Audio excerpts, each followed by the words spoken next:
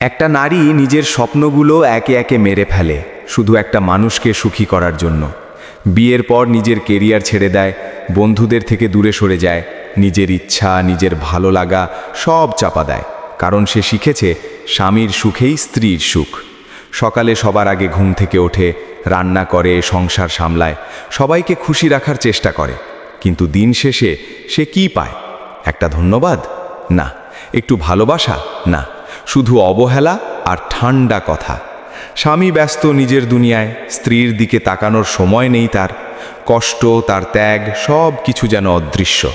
নারীটা কখনো বলে না আমি ক্লান্ত, কারণ সে জানে তার ক্লান্তিরও কোনো মূল্য নেই। রাতে একই বিছানায় থেকেও দুইজনের মাঝে দূরত্ব মাইলের মতো।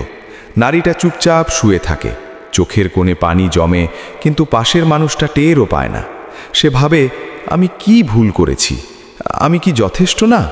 কিন্তু সত্যিটা হলো সে কোনো ভুল করেনি, সে শুধু ভুল মানুষটার জন্য নিজেকে শেষ করে দিয়েছে।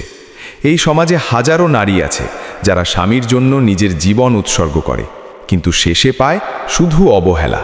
তাদের ভালোবাসার কোনো দাম নেই, তাদের কষ্টের কোনো মূল্য নেই। শেষে একটা কথাই বলবো, যে সম্পর্ক তোমাকে সম্মান দেয় না, তোমার ত্যাগ বোঝে না, সেখানে নিজেকে হারানো মানে নিজের জীবনটাকেই নষ্ট করে ফেলা।